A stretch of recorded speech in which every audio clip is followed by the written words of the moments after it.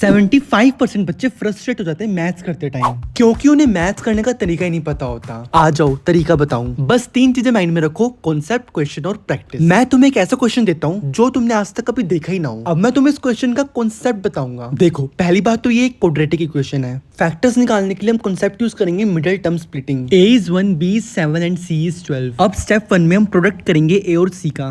सो 1 × 12 is 12। अब हम 12 के फैक्टर्स निकालेंगे। So factors are 2, 2 and 3। अब हमें 2, 2 और 3 को प्लस माइनस करके एक ऐसी सिचुएशन लेके आनी है ताकि हमारा आंसर 7 आ जाए। So concept is middle term splitting.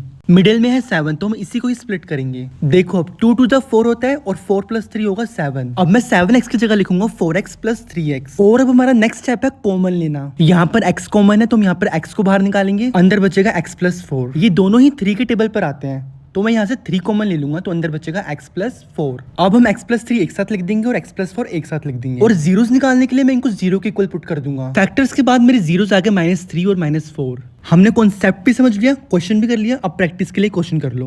Comment section में लिख दो कॉन्सेप्ट, क्वेश्चन, प्रैक्टिस। कल फिर बातों बातों में एक और कॉन्सेप्ट समझा दूंगा। So make sure you follow and subscribe maths junction.